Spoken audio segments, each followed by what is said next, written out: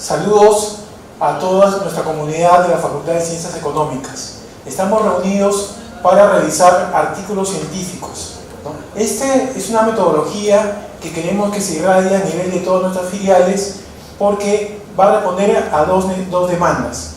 La primera tiene que ver con el trabajo de investigación necesario para el bachillerato, y lo segundo es que ya tenemos una revista científica digital en desarrollo. Entonces, la idea es provocar que nuestros docentes y alumnos produzcan artículos que luego puedan ser alojados en este lugar. Bien, a continuación, ¿no?, voy a presentarles a nuestra decana, la doctora Ana Arachiro Tamashiro, ¿no?, a efectos que nos dé el saludo institucional. Vamos haciendo porque vamos a hacer toda la reunión, sobre todo en la mesa. Un saludo a todos los presentes, muchas gracias por aceptar el reto de hacer investigación. Un saludo a todos los integrantes de la Facultad de Ciencias Económicas y Comerciales, también de las filiales que van a ver este video. Esta reunión se enmarca en el programa de capacitación en investigación que se está desarrollando actualmente en Lima y se volverá a replicar en provincias. Como dijo William, esperamos que no solo los presentes, sino también otros docentes que se han comprometido a escribir artículos científicos pero no se encuentran el día de hoy presentes, culminen sus artículos y también puedan formar parte de la revista digital. Muchas gracias.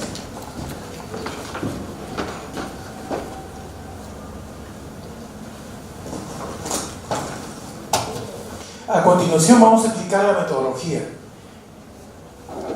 Hay más o menos un número entre 15 a 18 docentes que están trabajando su artículo científico. Seguramente van a estar llegando durante la mañana porque en Lima sabemos que hay un tráfico bastante complicado. La metodología de intervención va a ser más o menos la siguiente. Vamos a invitar a que nuestros docentes presenten en un máximo de 10 minutos el estado de avance de su artículo. De hecho, que nos interesa que lo presenten el tema a todos, a toda la comunidad de ciencias económicas, y seguramente ellos lo van a hacer en una estructura que en un minuto voy a tratar de compartirles a todos, ¿no? El esquema para el artículo científico que estamos respetando nosotros comprende una introducción, ¿no?, que es más o menos una revisión de la literatura y marcos conceptuales vinculados al tema de investigación. Luego se explica más o menos la metodología con la cual se pretende resolver al problema que tiene entre manos el artículo. A continuación, y luego de un tratamiento de campo, se presentan los resultados de este análisis, y finalmente la discusión, que viene a ser básicamente un contraste entre las hipótesis o premisas que motivaron el trabajo y los hallazgos, ¿no? Tranquilos, esto que hoy suena muy riguroso y muy técnico, con la práctica se va haciendo algo bastante menos complejo y rutinario, ¿no? Pero creo que es importante que ya la facultad se vaya encaminando a este tipo de experiencias, porque vamos a tener, como les dije al inicio, nuestra revista digital científica, y esperamos que todos colaboren, que nuestra revista crezca, que logre indexarse y que nos represente a nosotros en la esfera de la investigación global. Bueno, como era un compromiso también en la planificación de esta capacitación, quería pasarle por unos 5 minutos el micro a la doctora Norma Velázquez, a efectos que también nos haga un repaso rápido, en particular para nuestros colegas de provincias, ¿no?, un repaso sobre lo que es el artículo científico y su experiencia particular en la redacción del artículo científico, ¿no?, por 5 minutos. Bueno, Buenos días con todos. Para nosotros como facultad es importante iniciar un proceso de desarrollo de artículos. Los artículos primero nacen de la experiencia del investigador, de lo que conoce en el campo, de los trabajos de observación que realiza dentro, por ejemplo, del aula, que puede ser un lugar o un ambiente bastante prolijo para iniciar a investigar, o de la experiencia profesional. En el caso particular, el tema que yo trabajo mucho es el tema tanto de migraciones como mercado de trabajo. Tengo ya casi 15 años, un poquito más, escribiendo sobre ello, y una de las cosas que me ha ayudado mucho es la experiencia dentro del área, dentro del campo, usando como primer instante de trabajo la observación. He trabajado mucho con el tema de jóvenes, sobre todo en la Organización Internacional del Trabajo, que me ha permitido, desde el diseño de las preguntas, de la encuesta o de la entrevista que uno va a desarrollar, permite hacer el enlace del trabajo. Lo importante es tener un objetivo claro, qué es lo que quiero conocer de ese grupo, qué es lo que quiero descubrir, delimitar el trabajo de investigación en función a esa experiencia y o observación que se tiene. El artículo necesariamente debe nacer de un trabajo previo. Por ejemplo, si uno tiene una tesis, si uno tiene una experiencia en consultoría, si uno tiene una experiencia dentro de la clase, esa experiencia es la que primero se redacta a través de una investigación generalizada y luego se enfatiza en el artículo. El artículo científico por lo general se escribe a través de la forma del APA, puesto que permite una lectura universal. Es importante también el planteamiento de la hipótesis según el nivel del artículo que deseo escribir. Por lo general, en una revista científica van artículos descriptivos si es que el origen de la investigación es nuevo, y luego vamos subiendo de nivel hasta llegar a una correlación o a un análisis ya más factorial o más econométrico en función a las características que uno desee trabajar, ¿no? Lo importante aquí es la discusión se hace en función a la información que uno tiene, al marco teórico que está desarrollando, porque cada artículo científico se basa en un marco teórico, que es la línea de guía al trabajo que uno quiere desarrollar. Cuando ya estamos en el análisis de resultados, si el instrumento está mal realizado y no se ha hecho una validación del mismo en campo, es bastante seguro que nuestro artículo lleve a un sesgo. Hay muchos artículos que se encuentran en revistas no indizadas que tienen sesgo, puesto que el instrumento no está bien elaborado. Generalmente la base de la investigación es ese instrumento, un instrumento que tenga un objetivo, que tenga una metodología clara, que te permita a ti llevarte a la investigación, ¿no? Por ejemplo, el artículo que estoy escribiendo para la revista data de la experiencia en el trabajo de las comunidades que tengo en Italia, con peruanos, precisamente en Roma, y mi primer año de acercamiento a ellos fue en el 2015, donde a través del método de la observación he comenzado a ganarme como que la confianza para poder comenzar a escribir. He recolectado información de ellos desde el 2015 a este mayo de 2018. Tengo 10 familias con las que estoy trabajando para poder mirar, por ejemplo, trayectorias en el trabajo, para poder mirar primera, segunda y tercera generación de peruanos en Italia. Y una tercera parte de ellos es, por ejemplo, lo que estoy haciendo ahora. Recién estoy comenzando a escribir. ¿Por qué? Dentro del método tengo una ficha de observación, pero aparte de ello una entrevista semiestructurada que conforme iba avanzando en el nivel de edades la he tenido que hacer en otro idioma.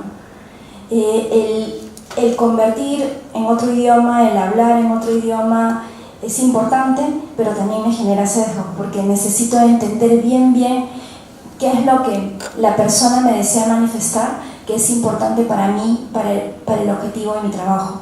El objetivo, por ejemplo, de ese trabajo es mirar o entender las características de los peruanos que han llegado a Italia desde una primera generación. Prácticamente estoy haciendo estudios de familia para ver cómo se van incorporando año a año a ese mercado, que qué tipos de características cambian de padres a hijos, por qué, por ejemplo, alguien que era profesional en el Perú se ha instalado a hacer oficios allá y les va bastante bien económicamente, pero ese oficio le ha permitido, por ejemplo, que el hijo estudie ahora en una universidad particular, que como sabemos allá es bastante difícil, tienes que tener mucho estatus económico para entrar a una universidad privada, y muchos de los hijos de peruanos estudian en universidades como Pacífico, allá en Roma, y tienen una perspectiva de vida completamente diferente. Entonces, como que el estudio te conlleva a mirar que ha sido interesante el esfuerzo que ha hecho la familia, que ha comenzado a generar lazos distintos, pero que el origen peruano no se pierde. Entonces ahí entra mucho en un tema, por ejemplo, antropológico, sociológico. No soy socióloga, soy economista, pero he tenido que meterme mucho al tema para poder caracterizar de una manera correcta a estas personas. Y lo que me sirve ahí, que es bastante relevante, es el instrumento. O sea, otra manera de mirar un artículo científico, por ejemplo, es a través de las bases de datos. Uno en el INEI tiene una serie de bases de datos que ya están con las preguntas probadas en el mercado. No es fácil hacer una pregunta, no se hace de manera sencilla, tiene todo un proceso y un método, la cual data del objetivo del proceso de investigación, y la pregunta necesariamente tiene que también tener un objetivo, no se pregunta por preguntar. Ahí, por ejemplo, se hace mucho la diferencia entre lo que es un análisis a nivel Likert, donde uno mira percepciones, pero tiene que tener bastante claro qué es lo muy probable, lo poco probable y lo no probable. Delimita mucho un trabajo, por ejemplo, solo a nivel de percepción. Mientras que, por ejemplo, ayer veíamos con unos alumnos las preguntas de victimización que tiene el INEI. El INEI en el 2017 ha hecho una encuesta nacional sobre victimización, y es súper interesante porque cada pregunta, para ser probada, ha estado primero en campo, lo que te permite a ti tener una fuente real de trabajo. Entonces, una de las sugerencias, si alguien quiere comenzar a escribir o mirar, hay muy buena información en el INEI, hay una muy buena base de datos que son los microdatos del INEI, están todas las encuestas históricas para poder trabajar. Si alguien empieza recién a escribir y desea preguntar, lo más válido es mirar las preguntas hechas en INEI. Un ejemplo clave, y creo que con esto acabo, es por ejemplo cuando uno pregunta el nivel educativo. Si uno le pregunta mal el nivel educativo, está haciendo un estudio casi errado. Si yo quiero preguntar, por ejemplo, el nivel educativo que tienen mis alumnos ahora, no es el año que están cursando, es el año que pasó. Pero si la pregunta no está bien escrita, el encuestador o la persona que le está haciendo la pregunta no le detalla el dato, esa pregunta puede venir errada de campo. Entonces, ¿dónde podemos mirar, por ejemplo, las secuencias de capítulos que analizan educación? En el INEI. El INEI tiene una serie de evaluatorios que te permite a ti aterrizar a indicadores o sumarias para poder definir bastante bien qué pasa dentro del proceso de desarrollo del artículo, ¿no? Invitar a los profesores de provincias a escribir es algo que llena la vida, porque permite, a través de lo que uno escribe, generar nuevas estrategias. Creo que el primer laboratorio para nosotros como docentes puede ser nuestra aula. En nuestra aula de clase, bajo el método que nosotros trabajemos, podemos rescatar muchas habilidades y muchas competencias que tienen nuestros alumnos, que si nosotros no las evaluamos a través, por ejemplo, de una rúbrica o a través de otros procesos de evaluación, no nos podemos dar cuenta de la importancia, por ejemplo, de las que son nuestras clases, de cómo ellos generan mejores competencias. Entonces yo los invito a escribir, cojan a su laboratorio, que es un aula, investiguen sobre sus alumnos. Hay muy buenas revistas donde uno puede publicar el trabajo que hace como docente sobre los nuevos métodos, por ejemplo, didácticos que existen y cómo ellos están mejorando la nota. Entonces medimos rendimiento, por ejemplo, a través de nota, y vemos cada que nosotros aplicamos algo nuevo, cómo ellos van mejorando en resultados. Y es algo bastante valioso porque puede permitir, por ejemplo, en el lado de educación o gestión académica, mejorar la enseñanza continua de nuestros alumnos, ¿no? Es un poco, más o menos, dando ejemplos de cómo podemos escribir un artículo científico. Muchas gracias, Norbert. seguramente algunos amigos de provincias se habrán quedado intimidados por el nivel, ¿no?, ya bastante avanzado con el que la profesora Norma trata sus investigaciones. Pero no todos estamos a ese nivel, y de hecho que la mayoría estamos comenzando. Por eso creo que va a ser interesante, por ejemplo, que les comente parte de mi experiencia muy rápidamente con el tema que estoy trabajando, que es de integración comercial, ¿no? Este no es un tema que sea mi tema de investigación. Yo trabajo más temas de competitividad y de modernización del Estado, ¿no? Pero por una invitación que el doctor Solari me hizo para un evento internacional, entonces tuve que preparar un artículo sobre integración comercial.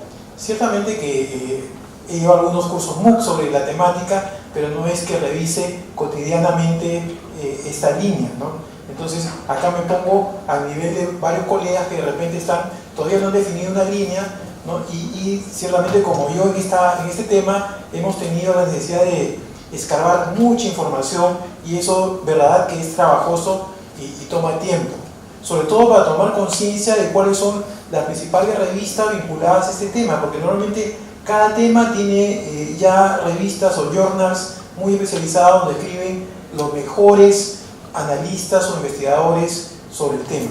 Entonces, llegar a estas revistas o a estos autores que son, digamos, los gurús en esa línea, pues a veces toma tiempo. Luego, familiarizarse también con los datos. Sobre comercio internacional tenemos datos, sobre todo en la OMC, que es la Organización Mundial de Comercio. Tenemos datos de cada país a través de sus aduanas, ¿no?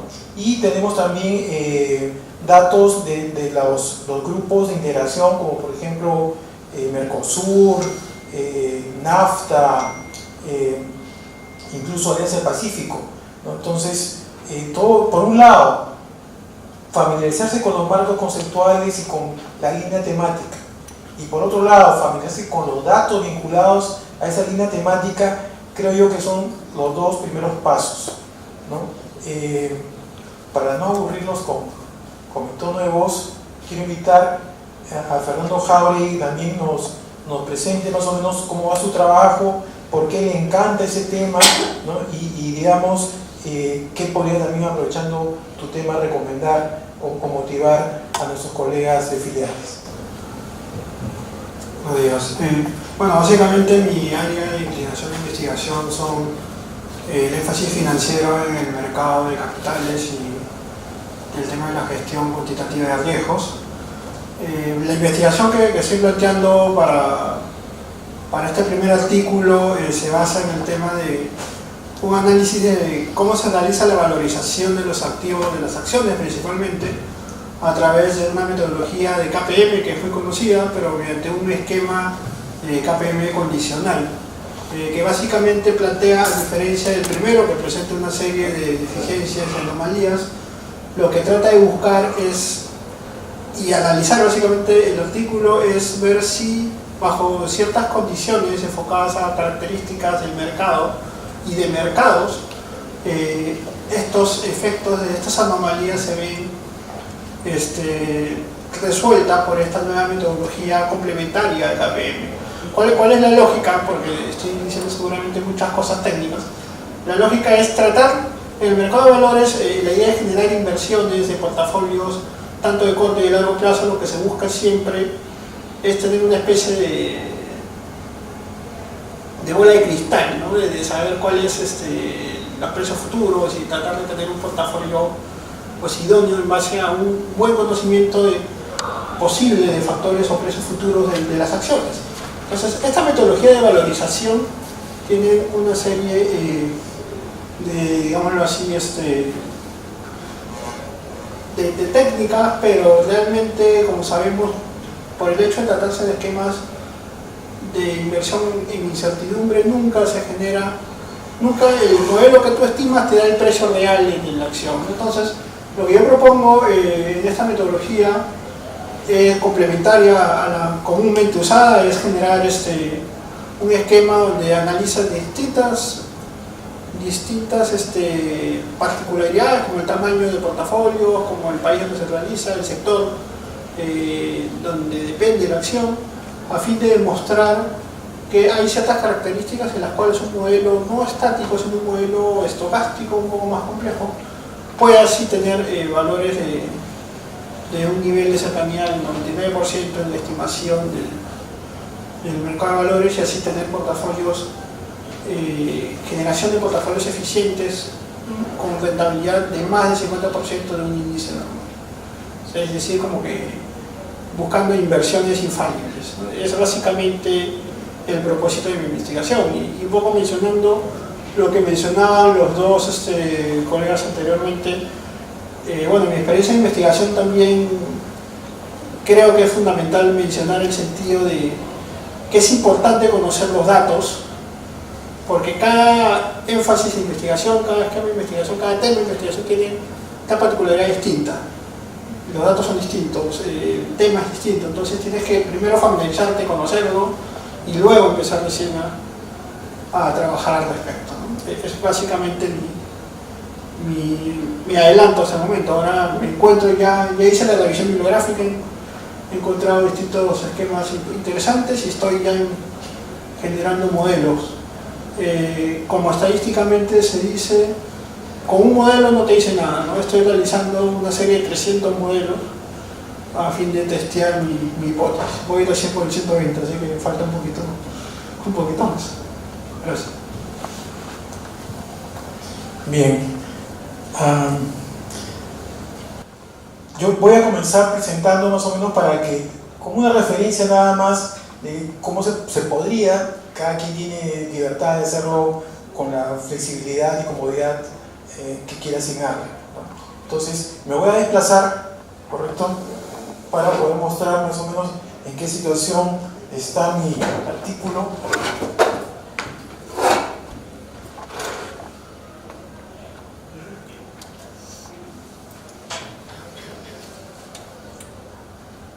Bueno, un artículo normalmente tiene una presentación que es su resumen, que digamos expresa o sintetiza el propósito, el objetivo de la investigación, también la metodología, y anticipa algunos hallazgos principales.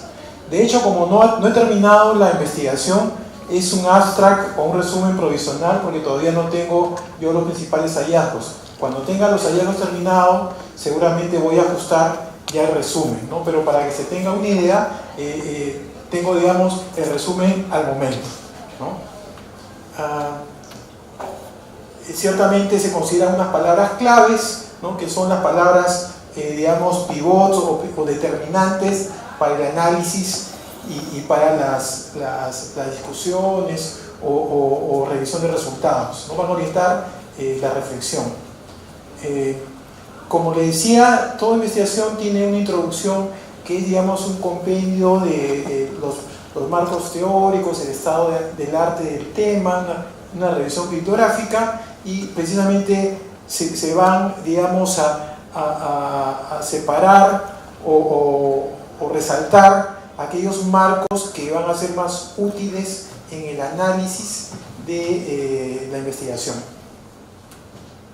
Yo que he hecho, no es que voy a comentarles toda la investigación, pero todo el análisis teórico, ¿no? Pero quería mostrarles más o menos cómo íbamos. Ciertamente la reflexión teórica es la que está más vinculada a las referencias bibliográficas. Entonces, este componente, que por lo general son 5 o 6 páginas, es el que va a cargar más digamos, el punto de referencias, sean bibliográficas, sean de internet, ¿no? o de otro medio.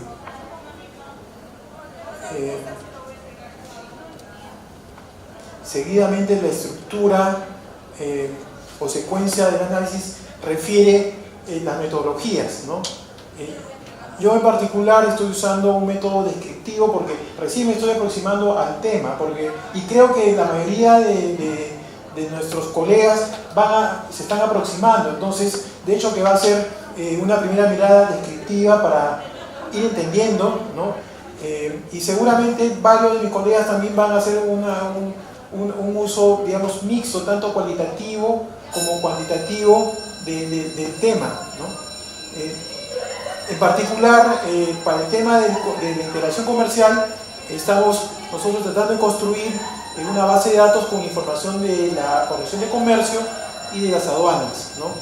Para así identificar las principales familias de productos de exportación peruanos, porque estamos revisando el caso peruano, y hacer una clasificación, porque nos interesa diferenciar, ¿no? Digamos, las oportunidades, que son distintas, por cierto, de productos de commodities de bajo valor agregado con productos más elaborados, más sofisticados, de mayor valor agregado. Les anticipo, por ejemplo, de que los países a los cuales exportamos commodities o materias primas como los minerales o algunos hortofrutícolas básicos, pues son los países más distantes y más desarrollados.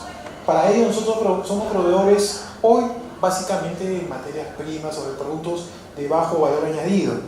En cambio, nuestros productos más sofisticados nosotros los exportamos en la intrarregión, por ejemplo, de Alianza del Pacífico, de Comunidad Andina, e incluso en algunos casos también Brasil y Argentina, que son más Mercosur.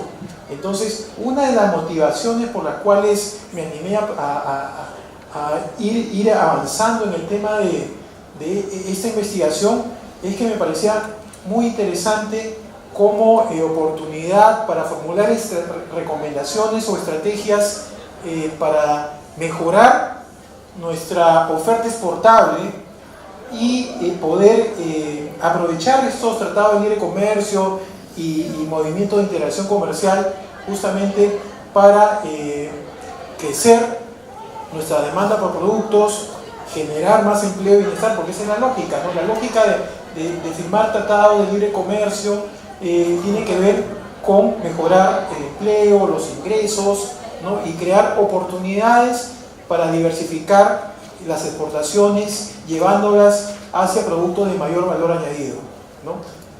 Luego, para el tema de las brechas, porque en el título nosotros hacemos referencia a barreras que dificultan el crecimiento del país, sobre todo por la línea de exportaciones, vamos a utilizar también el diamante de Porter como otra herramienta de análisis a efecto de verificar restricciones y también en contraposición proponer algún tipo de estrategias.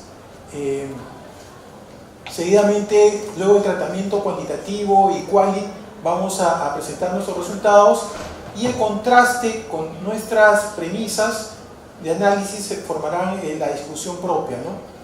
Como verán, de esta pequeña referencia teórica y conceptual ha salido una vasta lista de artículos y textos de referencia, ¿no? Cuando tú, como experiencia personal, te puedo decir, cuando uno encuentra buenos documentos, vas a disponer también de una buena fuente bibliográfica, porque las referencias de un buen trabajo te abren el camino, te amplifican o te van llevando pues hacia verdaderas referencias muy robustas, muy sostenidas y muy elaboradas sobre tu tema. No sé cuánto voy de tiempo, pero la idea era que sean 10 minutos, me imagino que iré por los 5 o 6, ¿no? Entonces, mis 3 o 4 minutos finales lo quiero aprovechar para más o menos decirles qué cosas de las que estoy viendo me están animando a profundizar. Por ejemplo, el tema de mirar a China, ¿no? China hoy tiene un peso gravitante tremendo en la dinámica comercial mundial, ¿no? China, hará unos 15 años atrás, invertía más o menos $1 billón en Latinoamérica. 8 años atrás, ya ese volumen de inversión extranjera directa en Latinoamérica había aumentado a más o menos 20 billones, ¿no? En 2016, China ya invertía en Latinoamérica $250 billones, ¿no? Y Xi Jinping, su presidente del partido, ¿no?, ha manifestado que para el 2030 y tantos va a duplicar ese nivel de exportación, ¿no? Seguramente algunos han escuchado hablar de la ruta de la seda, ¿no?, que es conectar, ¿no?, multimodalmente a los países más septentrionales del Asia con Europa, ¿no? En esa estrategia China quiere sembrar pues, puertos, aeropuertos, trenes para que fluya el comercio, ¿no? Y obviamente el dueño de los transportes y el dueño de los servicios logísticos de alguna manera va a influenciar y va a tener mucho poder, ¿no? Esa misma lógica China la quiere imprimir en Latinoamérica tratando de financiar, entonces tendría control, ¿no? De un tren que podría, digamos, transportar los productos brasileños, argentinos, fundamentalmente soya y agroexportación, ¿no? Y que salga por el Pacífico, podría ser hilo, ¿no? Y también levantaría productos diversos bolivianos, ¿no? Entonces, en su lógica que tiene China de proveerse de materias primas para sus procesos industriales, ¿no? Por otro lado, vuelvo a referirme a los modelos de integración como por ejemplo Alianza del Pacífico, ¿no?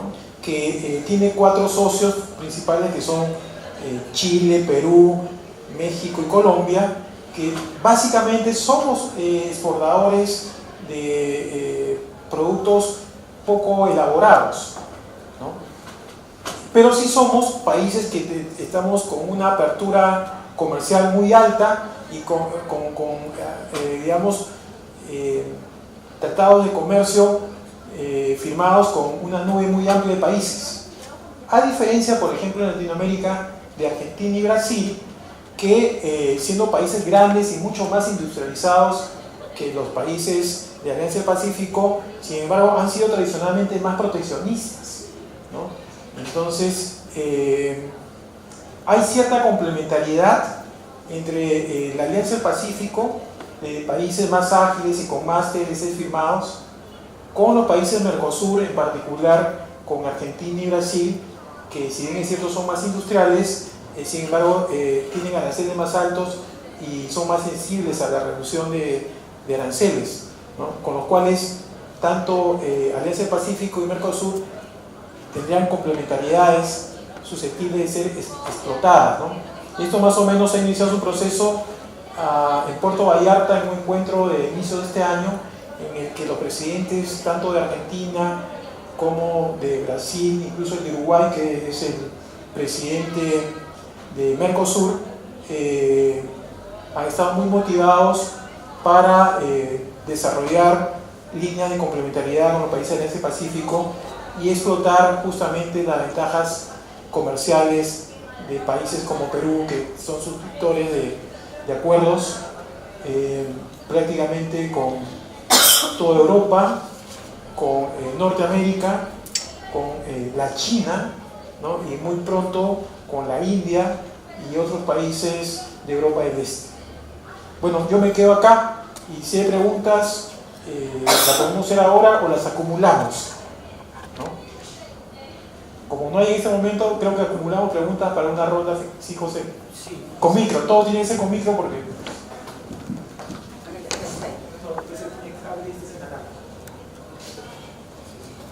Will, al iniciar tu presentación de tu artículo, en la parte del abstract, pude leer de que utilizas una metodología exploratoria, ¿no? Y luego, posteriormente, cuando ya hablas de los materiales y métodos, hablas de un tema descriptivo. Eso quisiera que me expliques, ¿no? Porque a mi entender, una investigación exploratoria, pues la teoría me dice que tengo que buscar, alterar deliberadamente algunas de las variables, ¿no? Esa parte quisiera que nos expliques para que nos quede claro a nosotros que estamos en este camino. Gracias. Sí. Acá voy a pedir que me complemente la profesora Norma, porque yo no soy muy teórico puro, soy más pragmático, ¿no? Pero, de hecho, lo que yo entiendo por descriptivo, ¿no? Es que tú vas a buscar en la literatura poder comprender la problemática vinculada a esa línea temática, ¿no? Y exploratoria tiene que ver ya con una aplicación que puede ser quali o quanti, ¿no? Para, digamos, puede ser algo cuasi experimental, ¿no? Es decir, tratar ya de tener una aproximación no solamente teórica, sino aplicativa, usando algún tipo de instrumento analítico. Yo, por ejemplo, lo digo exploratorio porque voy a tratar de emplear algunas fórmulas de competitividad. No sé si Norma puedes complementar. Cuando ya hablamos de niveles de investigación, el primer nivel es el exploratorio, ¿no? Se puede dar, si leemos directamente y nos quedamos con el concepto de Sempeire, estás trabajando directamente con algo que deseas descubrir, ¿ya? Entonces va más ligado, por decirte, a un método médico que va a descubrir algo, que va ligado a una experiencia. En el caso de lo social, tú haces una investigación inductiva y exploratoria cuando estás empezando a trabajar la línea de investigación. Vas a descubrirlo, es tu primer descubrir en el tema. Es distinto si ya tienes años investigando un tema, ya no va a ser exploratorio, es porque encuentras causas o hechos estilizados en ese contexto que vas a trabajar que te va a permitir a ti explorar. Por ejemplo, en el caso del artículo que estoy escribiendo para peruanos en Roma, también es exploratorio. Hay muchísima bibliografía en el sentido no directo en la comunidad. No se han involucrado a la comunidad y no han visto, por ejemplo, trayectorias y cambios dentro de las formas de vida de estas personas. Yo estoy explorando. En esa exploración puedo describir. ¿Cuándo describo? Cuando estoy usando, por ejemplo, datos externos, describo alternativas de hechos que me parecen interesantes. Por ejemplo, ¿no? Yo voy a presentar un poquito el trabajo que he hecho para la Alianza del Pacífico, donde vimos que era importante entender el contexto de la revolución industrial, de esta cuarta revolución industrial, en temas de cómo han llegado, por ejemplo, gente de Colombia, de México y de Chile a Perú, y han comenzado a hacer empresa. Yo describo el caso, entonces estoy haciendo exploración descriptiva. Si ya voy a introducirme, por ejemplo, al desarrollo de una encuesta o usar datos de encuesta y trabajo con dos variables, comienzo a hacer correlaciones. El siguiente nivel es el analítico que está presentando Fernando. Él coge el NX para ver cuál de ellas es susceptible más al cambio que puede tener el I dentro del modelo. Entonces ahí yo ya estoy haciendo un exploratorio, explicativo, experimental, ¿no? Si quiero pasar a experimentos, y es distinto. Por ejemplo, en un aula puedo hacer un experimento. ¿En qué sentido? Yo tomo una prueba de entrada al inicio de la clase y esa misma prueba se la tomo al final para ver si es que el conocimiento que tenía el joven ha cambiado. Y yo ahí puedo hacer un experimento. Ahí estoy cuasi experimental o demás, dependiendo de las circunstancias. Entonces el nivel de la investigación se puede dar principalmente sobre el nivel, en este caso, de conocimiento que tiene el investigador del tema que se está trabajando. Sí. Yo añadiría también el hecho descriptivo que te obliga de alguna manera a ser mucho más robusto en lo teórico, ¿no? Es decir, yo diferenciaría lo exploratorio de lo descriptivo, en tanto lo descriptivo me va a exigir a mí un trabajo mucho más profundo en cuanto a revisión de literatura y estado del arte, ¿no? ¿Querías? Sí, sí.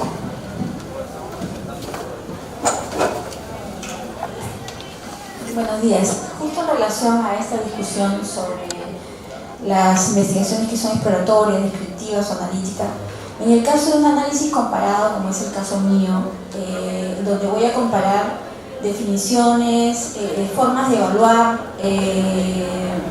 o sea, a partir de un concepto de democracia, por ejemplo, ahí en este caso la investigación es descriptiva, ¿no es cierto?, analítica, ¿no es cierto?, pero siendo una investigación, o sea, un análisis comparado.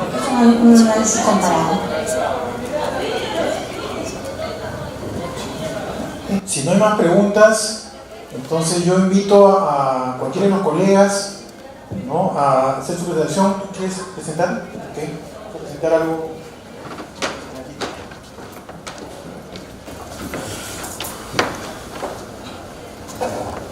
Bueno, algo breve nomás, en base a lo que estaba... Bueno, yo todavía no lo plasmo en el artículo Google. Yo suelo hacer una especie de Word paralelo, en el cual voy poniendo los resultados en este caso de las estimaciones que voy realizando, y con eso ya luego voy alimentando el informe, porque como decía Norma, es más experimental, más exploratorio, en base a los variables que le voy generando instrucción al modelo, ahí recién voy generando mis conclusiones. Bueno, lo que básicamente quiero hacer es, como les decía, explicar el efecto de esta nueva metodología de KPM condicional y las anomalías de los precios de mercado, la valorización del precio de mercado de los activos financieros. La particularidad, que si bien la mencioné anteriormente, el énfasis es darle un enfoque a Perú, y lo estoy trabajando con acciones peruanas. Estoy tratando de ver si en el mercado peruano y bajo ciertas condiciones de mercado se cumple y podría usarse esta metodología para una valorización óptima del portafolio en base a la valorización de activos. El antecedente básico dentro de los esquemas de anomalías que planteo y los cuales fueron el inicio a mi investigación y a la duda que me genera, es hablar de entender qué son las anomalías, ¿no? Usualmente uno habla de acciones, de valorización de acciones o de valorización de portafolios, pero no entiende las anomalías en el sentido de qué son, pueden distorsionarse ciertas conclusiones que tú tengas si construyes portafolios por tamaño de acciones, por sector de repente, por capitalización bursátil, por volumen transado, por datos financieros como el bien, por rendimientos estacionales dependiendo de la acción. Ese es un pequeño resumen de una primera estimación que generé así exploratoria inicial. ¿Y qué es lo que hice? Las acciones del índice peruano trabajé en 5 portafolios, basado en este caso en tamaño, capitalización bursátil, y bueno, desde el 90 a 2017, y lo que traté de hacer es ver si hay características particulares en los retornos promedios o los retornos esperados de cada portafolio, a fin de tener una primera idea de qué es lo que me puede estar generando distorsiones. Entonces, ahí vi que hay particularidades con respecto, por ejemplo, a la estimación de los alfas, que son los excesos de retorno sobre lo que te genera el mercado particular, y sobre los estadísticos de significancia que tienes en estos parámetros, que son básicamente los 3 tipos de anomalía que vamos a tener, el tamaño, el ratio bien y los rezados estacionales, en este caso de los rendimientos de los portafolios. Entonces, bajo esa lógica, empecé mi revisión bibliográfica. Bueno, la teoría básicamente basada en los 3 artículos que se ven en pantalla, que se pueden ver que son bastante antiguos, pero la particularidad es que todos estos autores explican esa metodología pero en mercados desarrollados, en mercados como el americano, y básicamente no explican o tratan de liberar la metodología de escenarios de crisis. Solamente tratan de explicar y ver si cumple o no cumple en escenarios de movilidad financiera normal. Entonces, lo que yo pretendo es salir de eso y explicar las 2 situaciones, ver si la metodología cumple y si se puede generar portafolios suficientes en situaciones no crisis como en situaciones crisis, tomando data pues, precisamente desde el 2000 en adelante, es decir, tomando la última crisis que se generó a mediados de la muestra, digamos así. Entonces, hay aplicaciones y hay papers ya más específicos que son los que he revisado en el post-trabajo, en el cual trabajan ya especificidades, ¿no? Uno solamente para esquemas de crisis, otro para escenarios de estrés, otro para países desarrollados, pero casi ninguno, salvo el penúltimo, y que son una aplicación en Argentina, son aplicaciones para mercados emergentes como nuestros, mercados que no son tan eficientes desde el punto de vista del mercado de valores. Entonces, la propuesta de esta investigación es comprobar esta teoría no solamente bajo las anomalías explicadas anteriormente, sino bajo un esquema de ver si se puede aplicar o no para un mercado emergente como el nuestro. Entonces, la idea básicamente de propuesta que yo pongo, y tomando un poco la idea de los amigos argentinos, es básicamente, ¿qué es lo que sucede? Uno de los principales supuestos de la metodología KPM es asumir un beta único para una ventana temporal de promedio de 2 años. Lo que yo propongo son generar ventanas más chicas, cada 6 meses, y calcular distintos betas cada 6 meses con ventanas móviles cada un día. Entonces, de esa manera tengo un histórico de betas, porque sabemos que beta es la medida de riesgo del mercado. Entonces, ahí, basándome en la teoría de Franzoni explicada en su paper, calculo el beta general del índice peruano, representativo del mercado peruano, y podemos observar principalmente este esquema, ¿no?, que se va reduciendo el nivel de riesgo a lo largo del tiempo. Entonces es importante tener en cuenta esto, porque esto me ayuda, porque esto me dice que el mercado peruano, a medida desde que se fundó, desde que se empezó a operar y hasta estos últimos periodos, en cierta forma el hecho de que el riesgo se haya reducido, se está reduciendo, indica que el mercado de cierta forma es más eficiente también, ¿no?, dadas las condiciones económicas que nos están acompañando. Entonces ya acá ya un poco más mis cosas propias, cómo planteo las ecuaciones de esquemas condicionales. Ya estas ecuaciones son mías, básicamente adaptando ciertas particularidades del paper. Bueno, ya da una experiencia también. Hay ciertos esquemas donde tú puedes tomar relativamente ciertas expresiones matemáticas teóricas, pero también ya no se maneja cierta experiencia en el tema, puedes adaptarlas bajo tu particularidad sobre lo que tú quieres estimar. Eso es lo que yo estoy haciendo aquí.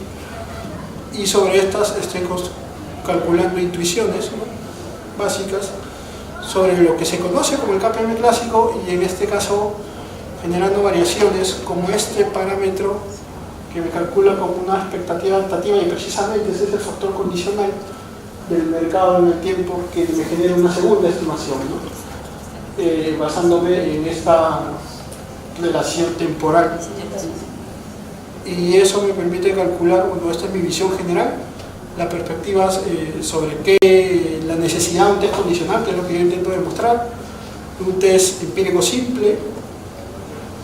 Y bueno, no sé si esto les parezca simple, pero lo que trato de resolver es los betas variantes en el tiempo, con un poco resolver estas ecuaciones en cada instante de esos betas temporales.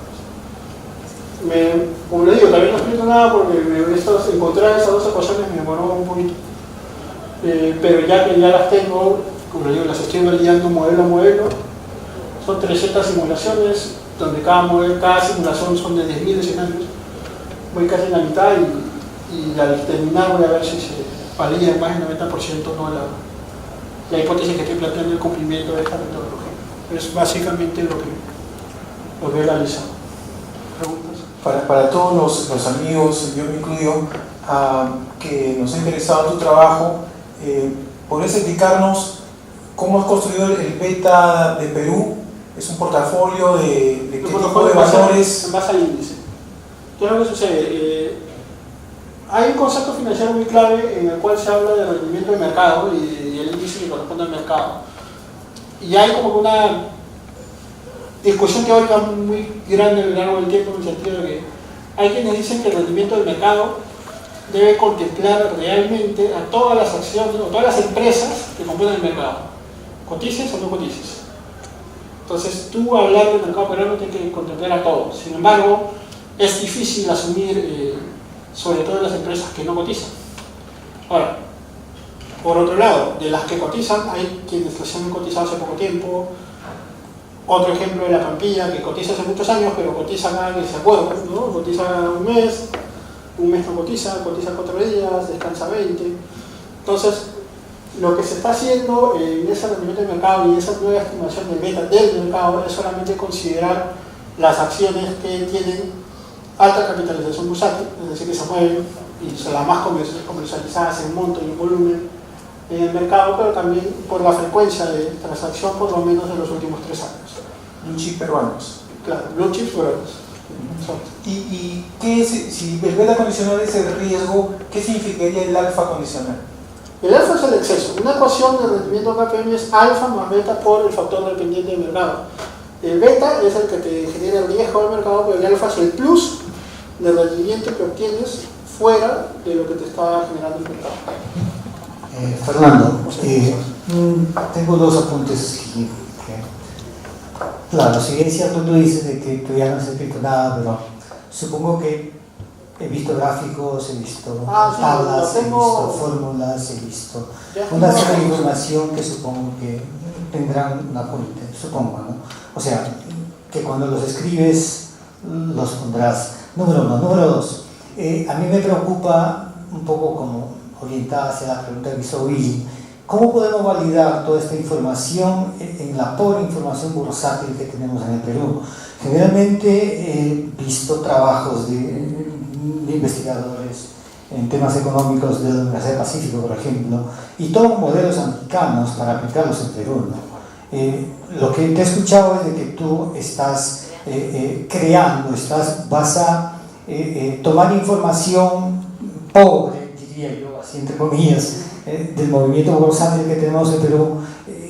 Eso, ¿cómo lo vas a hacer si nos puedes adelantar, para poder validar esa información? Precisamente sobre las ecuaciones y tal, a ver, son más que creadas, adaptadas. Entonces ahí está la primera idea, ¿no? Estoy adaptando ecuaciones en base a parámetros al mercado peruano. Lo que yo hago precisamente porque tú dices, ok, teóricamente esto se realizó en el mercado americano, en mercados desarrollados, y cómo hacerlo para mercados pobres como el Perú. Precisamente esa es la lógica del uso de las blue chips. Las blue chips son precisamente las acciones, al tener cotizaciones pues, constantes en los últimos años, al tener capitalizaciones bursátiles altas, son las que cumplen, y son muy pocas, pero son las que cumplen con precisamente los estándares que se plantean en mercados internacionales.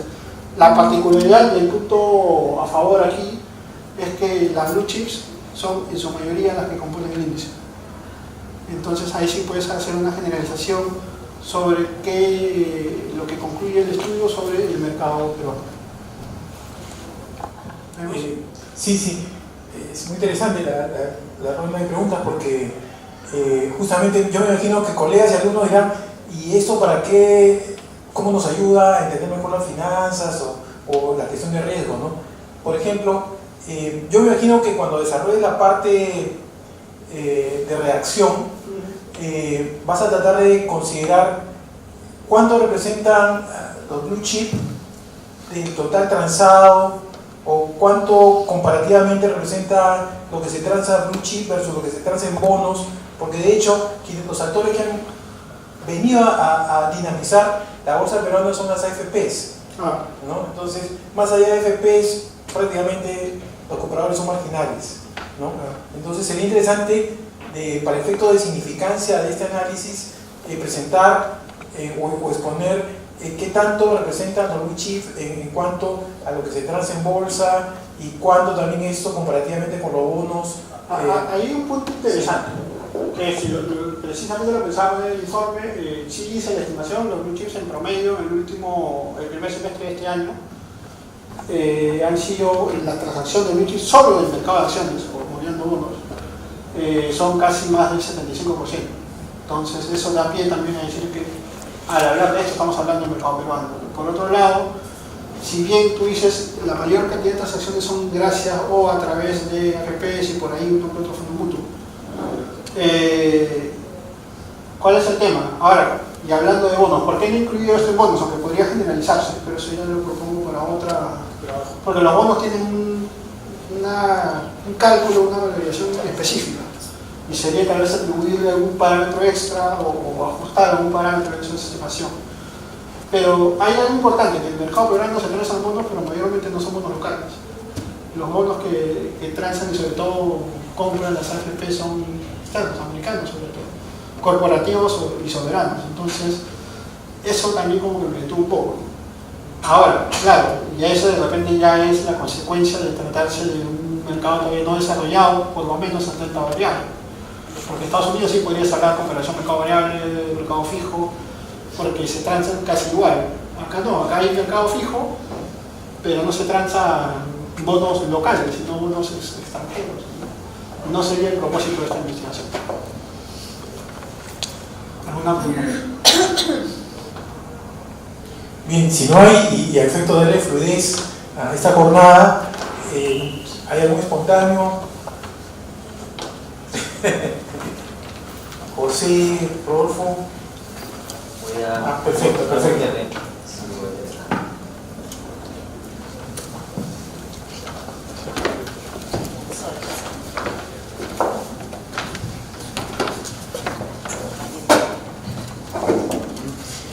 Bien, mientras Rodolfo carga, yo quisiera compartirles también a toda la comunidad de la facultad la importancia de tratar de escoger un tema que esté relacionado a las líneas de investigación de la facultad, porque este es un tema muy importante, en tanto que, por ejemplo, los artículos científicos para el trabajo de investigación de bachillerato, como los trabajos de tesis, tienen que escoger un tema que esté relacionado a nuestras 7 líneas de investigación, que para economía son economía y me parece gestión pública, ¿no?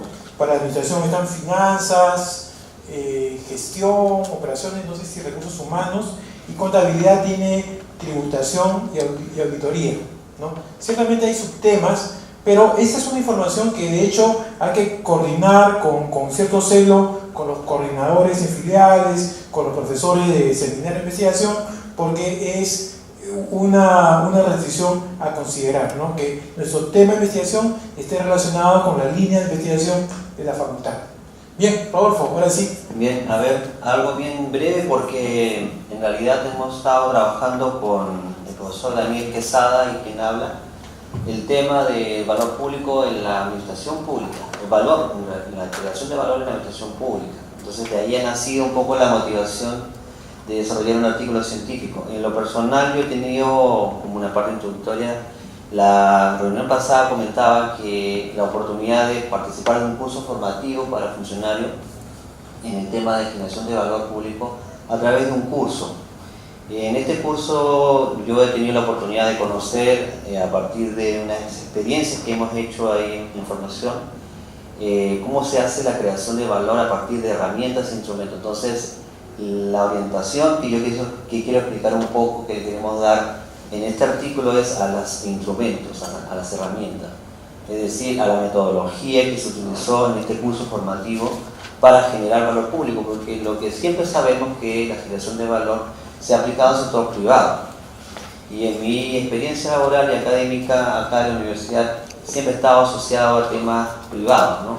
Y en esta oportunidad que he tenido en estos últimos 4 o 5 meses de conocer la experiencia del sector público y la generación de valor a partir de ahí, me ha parecido interesante escribir algo respecto de esto, porque hasta ahora no se ha publicado mucho y en general se desconoce si hay valor o no hay generación de valor en el sector público. Entonces este trabajo está orientado principalmente a un grupo objetivo que son los gobiernos locales, es decir, municipalidades distritales a nivel nacional. Es un programa que estaba haciendo el CERVIP, la Escuela Nacional de Administración Pública, a partir de unos estudios que hicieron hace 2 años más o menos atrás, y en la cual se ha desarrollado un poco la estructura de lo que es el programa.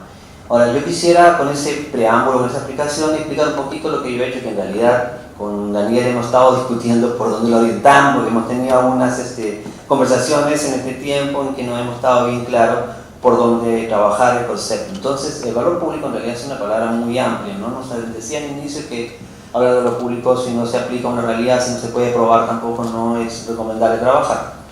Entonces partimos de la experiencia, que la experiencia era el curso, la trayectoria de 4 temáticas que se trabajaron, y a partir de ahí se va a elaborar el tema de la instrumentalización, o sea, digamos, las herramientas que se aplicaron en el curso y desarrollar qué tipo de herramientas particularmente se han elaborado para generar valor, ¿no? Entonces, el título, como dice ahí un poco arriba, lo vamos a redactar una vez que hemos hecho el manuscrito, digamos, la primera parte del manuscrito, ya más bien aclarando lo que viene abajo, ¿no? El resumen también pensamos hacerlo al final, porque en realidad no hemos podido avanzar mucho en lo que es el trabajo, más bien estamos presentando la idea todavía a este nivel, estamos un poco en la parte inicial del trabajo. Entonces, en la introducción, nosotros hemos puesto algunas preguntas que nos van a orientar para que se entienda por dónde queremos conducirnos nuestro artículo. La primera pregunta es ¿qué es el valor público?, ¿no? Que nos va a permitir explicar dentro del artículo el concepto por donde nosotros vamos a ir trabajando. ¿Qué es la cadena de valor? Que es una herramienta importante, pero para la administración pública tiene sus bemoles con lo que es la parte privada. Y en realidad, a partir de esa cadena de valor, que es una fórmula, digamos, transversal en el curso, se genera valor, pero con los instrumentos que vamos a proponer en el estudio, ¿no? ¿Cómo se puede generar valor público? Ahí vamos a explicar, vamos a entrar en el razonamiento y la aplicación, digamos, de los instrumentos. Y las preguntas que vienen al final tienen que ver con la parte metodológica, ¿no? La primera de ellas es posible generar valor público a través de herramientas metodológicas? Y eso es lo que queremos un poco demostrar. Y cuáles son esas herramientas metodológicas que se podrían aplicar para generar valor público. Entonces, un poco a través de esa línea, ¿no?, de desarrollo, queremos exponer desarrollar el artículo, ¿no? ¿Cuál es el propósito? Para que se entienda, un poco hemos avanzado ahí en la discusión. El propósito hemos visto como dar a conocer a través de herramientas metodológicas la generación de valor público. O sea, es un concepto bastante claro, básico, pero previo a esta explicación que ya he dado, ¿no? ¿Cuáles son los materiales que vamos a trabajar o que estamos trabajando un poco? Son el programa formativo para la mejora de servicios municipales, ya que es digamos, un programa que se ha diseñado ya para aplicar, digamos, como taller in situ, digamos, por los funcionarios, cómo se genera una mejora, por ejemplo, en un servicio determinado, un servicio público X. Y vamos a trabajar también con la guía de participantes de los funcionarios con los que realizamos el taller. Y a partir de ahí vamos a desarrollar la parte de los instrumentos, ¿no? ¿Qué instrumentos vamos a trabajar? Por ejemplo, lo usamos en Chicago, que es una herramienta conocida bastante, ¿no es cierto?, en el ámbito privado, pero se ha condicionado, se ha adaptado para el desarrollo de la generación de valor en el sector público. Otra herramienta que no está acá, pero le explico un poco, es el mapa parlante, que es un mapa para conocer las necesidades y deficiencias del territorio, para hacer el levantamiento de información, diagnóstico de ello y a proponer la mejora, ¿no? Y a partir de esta parte metodológica, o sea, de esta parte de los materiales, también este curso tiene una cuarta parte, que es la implementación y seguimiento y monitoreo de este servicio. Y por lo tanto, a partir de ahí es que nosotros verificamos que efectivamente se ha generado valor. No, porque si hacemos un diagnóstico, planteamos una mejora, y esa mejora hay que evaluarla, analizarla y verificarla, ¿no? Entonces, al resultado del término del curso, que ya hemos acabado, ya he dictado de varios sitios, entonces ya tenemos algunas realidades en las cuales podríamos encuestar, evaluar, valorar, y a nivel descriptivo podríamos señalar algunos alcances, por ejemplo, ¿no?, de estos trabajos. En la parte metodológica hemos puesto ahí solamente una pequeña descripción de la forma de investigación. Va a ser descriptiva, cualitativa, no va a tener datos numéricos, solamente va a ser descriptivo, y se realizará un estudio, análisis de casos aplicados a gobiernos locales a nivel nacional. Estamos pensando en hacer algunas comparaciones con algunas experiencias sobre un servicio A, X o un solo determinado servicio, ¿no? Por ejemplo, puede ser seguridad ciudadana, puede ser un tema de limpieza pública, y analizar ese servicio a nivel de varias experiencias, ¿no? Y ver cómo se genera valor aplicado a ese sector, ¿no? Para orientar también la generación de valor a una temática particular. Por eso es que no hemos terminado de definir el título, porque podría ser que también tenga un enfoque muy específico hacia un distrito, hacia una realidad particular o un servicio X, ¿no? Por eso que lo hemos dejado todavía ahí, estamos en esa parte discutiendo el título, ¿no? Entonces, más o menos esa es la idea, y el poco avance de repente que no hemos podido desarrollar, más por falta de tiempo, pero en realidad a favor de nosotros que tenemos un poco los deseos, las ganas de aprender esto, al menos en mi caso, la primera experiencia que tengo de redactar, escribir un artículo científico, y creo que me ha facilitado el trabajo, el hecho de poder participar en un curso, poder tener la información a mano, tener los datos, las fuentes de información, que considero también que es un punto importante cuando uno hace un artículo científico, porque la fuente de información más importante que va a validar luego lo que uno puede escribir. Luego, lo que falta, bueno, ya será parte del del análisis y la presentación, etcétera, ¿no? Que serían los resultados, discusión y bibliografía. Entonces usamos la estructura para explicar un poco cómo es el desarrollo y la temática que estamos trabajando. No sé si hay algunas consultas, alguna pregunta sobre el tema o algún aporte, porque esperamos que pueda ser interesante también para las personas que lo quieran leer. A mí me gusta el tema, ¿no? Y te puedo comentar que justo, no como artículo, sino como publicación, estamos trabajando en el área, algo con el tema de moderación de servicios públicos, y justamente hay un esquema de generación de valor público que creo es la más estructurada a nivel nacional, y es la que está desarrollando la Secretaría de Gestión Pública para los MAC. ¿En qué sentido? En la cadena tú tienes que vincular oferta y demanda, ¿no? Creo que las capacitaciones que hace Servir están por el lado de la oferta. Sin embargo, hay que validarla con encuestas de satisfacción o algún tipo de encuestas con los usuarios, ¿no? Entonces, el MAC ya tiene boletines donde reporta periódicamente esos controles o monitoreos de satisfacción, ¿no? Y de hecho que hay KPIs, como por ejemplo, ¿qué es lo típico en los trámites públicos? Que son normalmente el tiempo, el costo y los requisitos. Y eso tú lo puedes escalar a nivel de municipio, de región, de sectores, o de los hospitales, por ejemplo, ¿no? Y siempre vas a poder jugar con un kit que no va más allá, como te digo, de ver cuánto tiempo, cuánto te cuesta y cuáles son los requisitos. Muchos de ellos que no tienen sentido, por ejemplo, ¿no? Entonces, creo que ya hay una estructura, por ejemplo, sugeriría que revisen lo que está haciendo SGP con la calidad para los MAC, que yo creo que le puede inspirar a ustedes para ver qué tipo de KPIs o qué tipo de procesos o cómo podrían vincular o acercar más oferta con demanda de servicios, inclusivamente la variación de valor público al municipio, ¿no? Yo agradezco tu pregunta y quería comentar algo más, de repente aclarar el trabajo que estamos haciendo. Afortunadamente este proyecto que se está trabajando ha tenido 2 años de trabajo para identificar las herramientas, por ejemplo, de lo que yo voy a escribir y de las fuentes de información que yo estoy investigando, trabajando. Pero ya se viene trabajando en la validación también por parte de la demanda, están haciendo también encuestas y vienen trabajando ya de tiempo eso. Entonces hay un poco de información, yo creo que ahí habría que cruzar. Te agradezco porque no la habíamos pensado todavía de ver de esa perspectiva, sino más bien de la oferta, pero es interesante también cruzar con la satisfacción, ¿no? Ni la satisfacción que pueda tener. ¿Preguntas? ¿Preguntas? ¿Algo más? José, no vas a preguntar.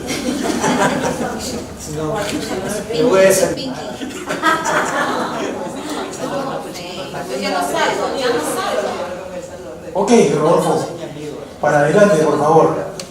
Entonces, claro.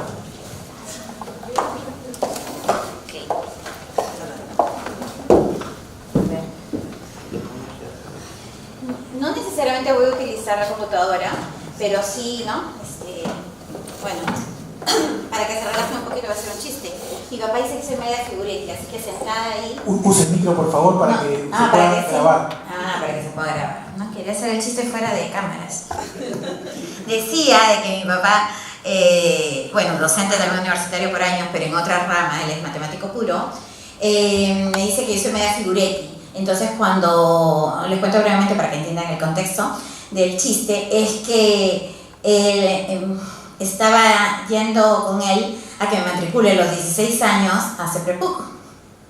Y me acuerdo que yo estaba mirando ciencias, porque dije, mi familia, ingenieros, etc. Yo estaba mirando y me decían, no, hijita, no sé por qué, pero sí sabía, obviamente, vas para letras, ¿no? Entonces, por ahí iba. Me decía, ¿pero qué? ¿Dudas de mi capacidad? Etcétera, etcétera, ¿no?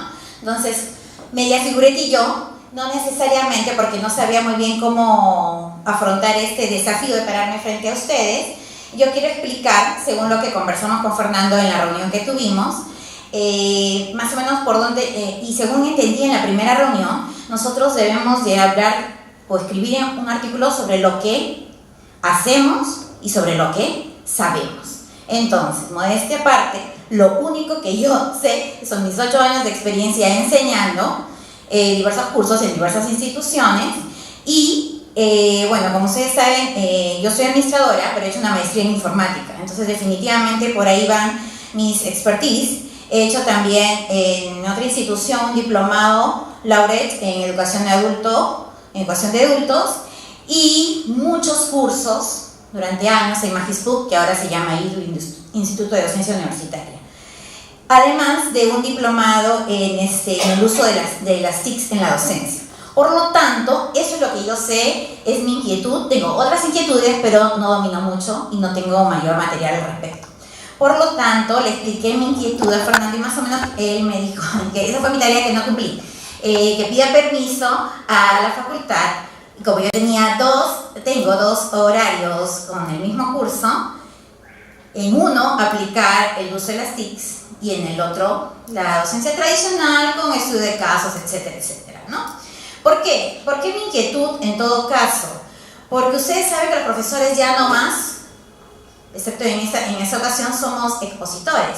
Deberíamos de ser facilitadores. Y un facilitador ayuda a que los alumnos aprendan por sí mismos y que construyan durante el proceso de aprendizaje su conocimiento, basados en sus experiencias previas, leyendo, etcétera, etcétera, a través de dinámicas, casos de estudio, diferentes metodologías.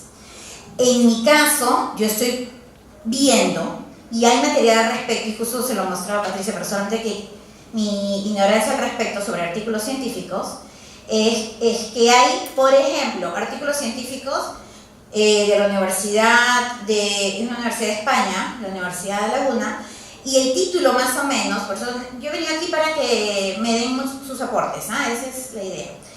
El título de este docente, de este artículo es De la enseñanza presencial a la docencia digital, autobiografía de una historia de vida docente. Y él en este artículo divide sus 20 años de educación siendo docente en 5 etapas y cómo él ha utilizado, no las TICs, como yo sí planeo hacerlo, sino solamente el uso de internet. Como él ha ido creciendo en la docencia, al igual que el internet, él ha planteado eso, me parece bastante interesante. Lo que yo estoy planteando, por ejemplo, es que en la educación tradicional, etcétera, etcétera. Por ejemplo, antes que se me vaya la idea, me he dado cuenta que incluso a mí me pasa, por falta de tiempo, etcétera, etcétera, excusas que vamos a dar, que estamos utilizando la multimedia como una pizarra, porque eso también podría ser un papelote grandote, ¿no es cierto? Y escrito. Entonces, los docentes actualmente en la UCS no estamos utilizando realmente las TICs, como ya se está utilizando en otras partes del mundo, por lo menos de lo que yo conozco. Entonces, hago mea culpa, el concepto lo tengo, pero por N motivos no las utilizo como deberías. He hecho algunos intentos en mis cursos, en el anterior, el fallecido, ¿no?, que en paz descanse, sistemas de información empresarial, al utilizar foros, wikis, etc. Ahora estoy obligándome a involucrar más a los alumnos, porque supongo que a ustedes también les ha pasado, me cuestioné por qué me molesta que estén con el celular, por ejemplo, por qué estén whatsappeando, por qué están con las redes sociales, y sin embargo, a mí también me encanta, ¿no? O sea, soy una adicta a la tecnología, duermo ahí con mi celular. Me encanta tomar fotografías, me encanta utilizarlo. Por lo tanto, esas herramientas, como hemos visto en el último taller de prácticas docentes en la PUC, yo entré a ese taller del uso de las redes sociales y había experiencias muy interesantes de Paloma Martínez con su grupo Gestionando Personas, que es de la Facultad de Gestión de la PUC, y ella utiliza Facebook para fines docentes. Otra profesora en su curso de literatura utilizaba también Facebook y así, ¿no? Entonces, hubieron 3 experiencias, no recuerdo la tercera. Entonces, yo planteo que en un, como dicen, exploratorio, ¿verdad? En ese nivel exploratorio, hacer, bueno, en lugar de discutir en el salón, a la vez y fuera del salón de clase, yo podría utilizar, por ejemplo, los foros. Y tenemos varios tipos de foros, ¿no? Entonces yo utilizo un tipo de debate en el que el alumno primero pone su discusión y después de tiempo hace réplicas obligatorias a los demás. Además, por ejemplo, en lugar de hacer resúmenes, los chicos se quejan mucho, y debe haberles pasado a ustedes, de que tienen poco tiempo para leer. Entonces yo les doy las alternativas. Les digo, chicos, ustedes no leen, no, muy aparte de que no están acostumbrados a leer, les digo, siempre hay que leer, ya sea en papel o digitalmente. Entonces les doy alternativas. Por ejemplo, divido mi grupo, actualmente estoy haciendo eso, divido mis grupos en... Doy 3 lecturas, digamos, 1, 2 y 3, 1, 2 y 3, y así divido todo mi salón en 1, 2 y 3. Entonces les digo, de tal fecha a tal fecha, todos se vuelven expertos, es el método del rompecabezas, me parece. Todos son expertos del 1. Entonces, en la siguiente sesión, todos los 1 se sientan aquí, todos los 2 y todos los 3. Se vuelven expertos en la lectura 1, expertos en la lectura 2, expertos en la lectura 3. Y en la segunda parte de mi sesión, ahí nada más fresquito para que no se olviden, formo grupos de 3, ¿no? 1, 2 y 3, 1, 2 y 3, 1, 2 y 3, 1, 2 y 3, y comparten lo que ha leído el otro, y etcétera, etcétera. Esa es una forma rápida y práctica de que ellos puedan tener 3 lecturas en la mente y solo leyendo una. Y así hay otros métodos, ¿no es cierto? También empleo, por ejemplo, actualmente lo que es mapas mentales, ¿no? Para hacer resúmenes de capítulos, etcétera, etcétera. Y eso lo empleo como parte de su repaso, ¿no? Para el examen. También les debe haber sucedido a ustedes que antes del examen siempre dicen, profesora, las fijas, ¿no? Para mí las fijas tendrían que ser obligatoriamente explicarles la rúbrica. Planteo ponerme como meta, a pesar de que la facultad no lo pida, en mis exámenes incorporar el uso de las rúbricas. Llevo un curso al respecto hace tiempo, no lo hago, y me he dado cuenta que muchas quejas de los alumnos o problemas durante el examen, muy aparte de comprensión lectora, que es una manera de simplificar, es cuando ellos dicen, pero profesora, ¿qué me está evaluando aquí?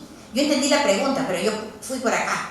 ¿No? En el curso de comportamiento organizacional puse una pregunta y les dije, sí, no, ¿por qué? ¿No? Y ellos me dijeron, sí, pero yo entendí la pregunta de esta forma.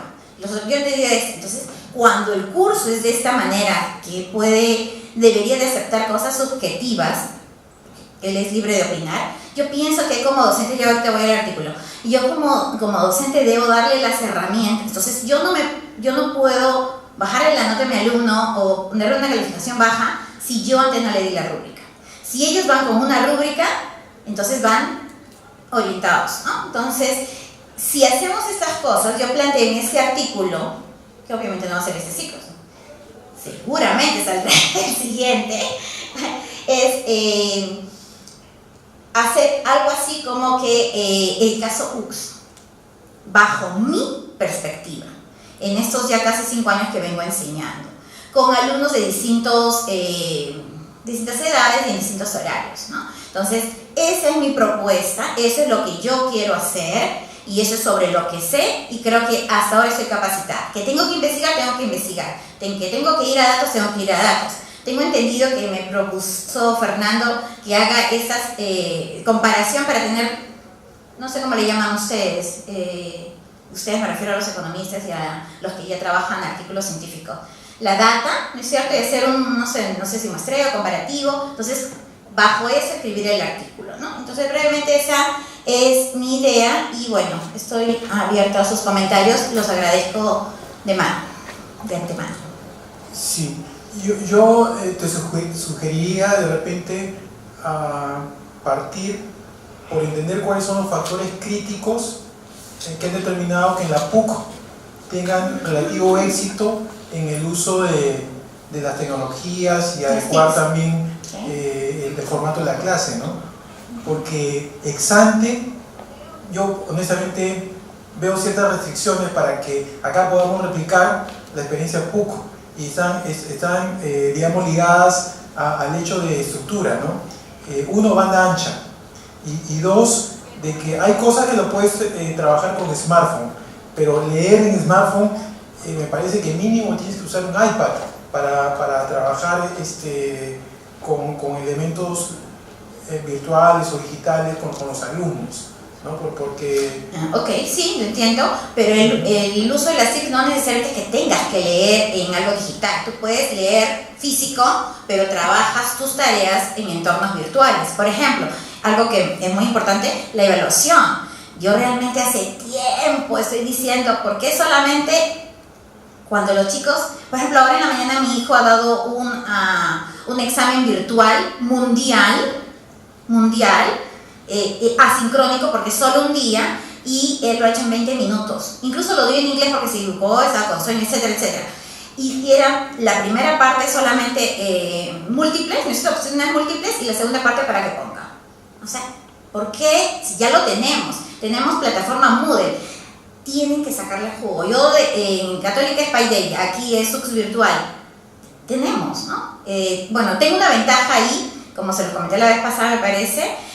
Mi hermana es experta en plataforma Moodle, ella es educadora matemática y ella trabaja así, ha trabajado en la UCIL, en la Católica, ahorita en la Alianza Francesa, haciendo cursos virtuales. Ella capacita a los docentes. Entonces, cada vez que yo necesito asesoría, Marita, pero está, lee tu manual, te digo, por favor, dime cómo hago, por ejemplo, grupos para mis foros y que no solamente los chocolatee el sistema, sino que quieren. Entonces, esas herramientas existen y ya las tenemos. Es cierto lo del ancho de banda, pero yo no planteo que todavía la UCS lo ponga. Es más, yo quiero ver otros casos exitosos, no solo el de la UCS, aquí también, porque otras universidades también utilizan plataformas Moodle y en el extranjero también. Entonces, como ya quiero ver casos exitosos, y yo quiero partir primero de mi experiencia y después de repente en un segundo artículo sería ya con otras experiencias, ¿no? Bien, si no hay más preguntas, invito a Modesta para que también nos haga su presentación. Gracias. El tema de mi trabajo es calidad de la democracia.